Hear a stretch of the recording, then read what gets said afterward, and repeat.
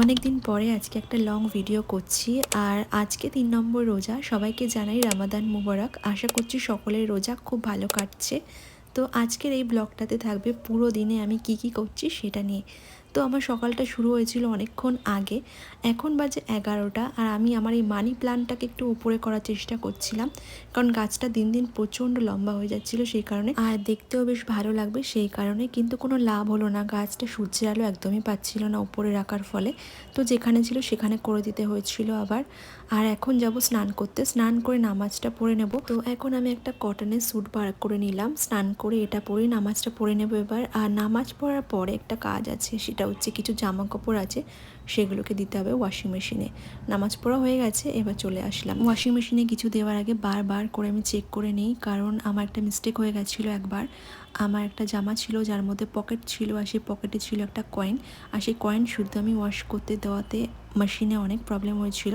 ঠিকও হয়ে গেছিলো, বাট অনেক প্রবলেম ফেস করতে হয়েছিল। সকালের দিকে কিছুটা পরিমাণে মটর দিয়েছিলাম জলের মধ্যে ভেজাতে ঘুগনি করার জন্য।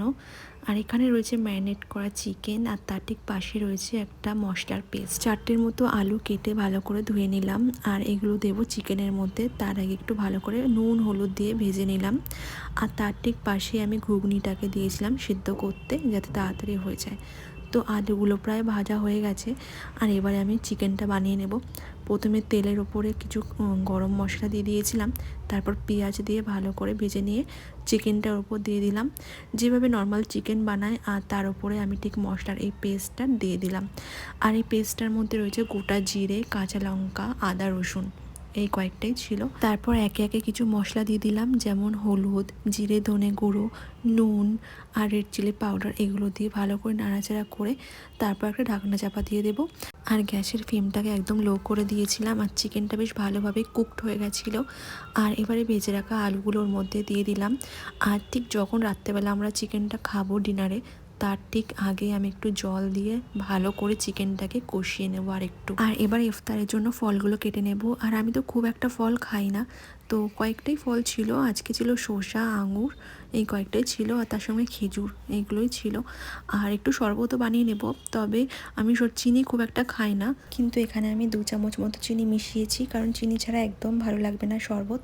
আর জ্যাগরি পাউডার দিলে একদম ভালো লাগে না শরবত খেতে, সেই কারণে। আর এরপর যখন ইফতার হয়ে যায় তখন আমার একটু ঝাল ঝাল কিছু খেতে ইচ্ছা করে, যেমন ঘুগনি, চপ, এগুলো তো আমি বাড়িতেই বানাই। তো আজকে সেরকমই আমি আলুর পকোড়া বানাবো।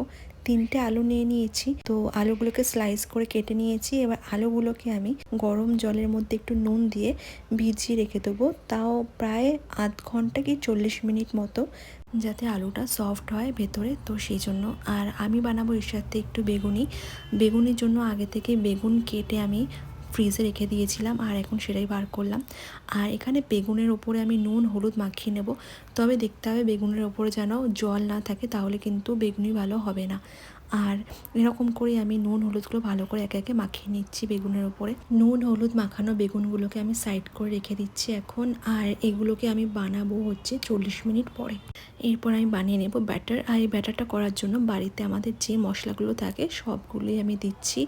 আর আজকে আমি চালের গুঁড়ো আর আদা গ্রেট করে দিইনি, এগুলো ছাড়াই বানাচ্ছি। তবে চালের গুঁড়ো দিলে ভীষণ ক্রাঞ্চি হয়, অনেক ভালোও লাগে খেতে। আদা দিলে তো খুব ভালো লাগে টেস্টটা। তো আমি একটু সোডা দিয়ে দিলাম, আর এরকম করে জল দিয়ে ভালো করে অনেকক্ষণ ধরে মিক্স করে ব্যাটারটাকে রেডি করে রাখলাম। এবার এগুলোকে একটা সাইডে রেস্টে রাখলাম। আমি ওই বললাম যেটাই 40-45 মিনিট পরেই বানাবো। আর সবার লাস্টে একটু কালো জিরে দিয়ে দিলাম, যাতে আরও ভালো লাগে খেতে।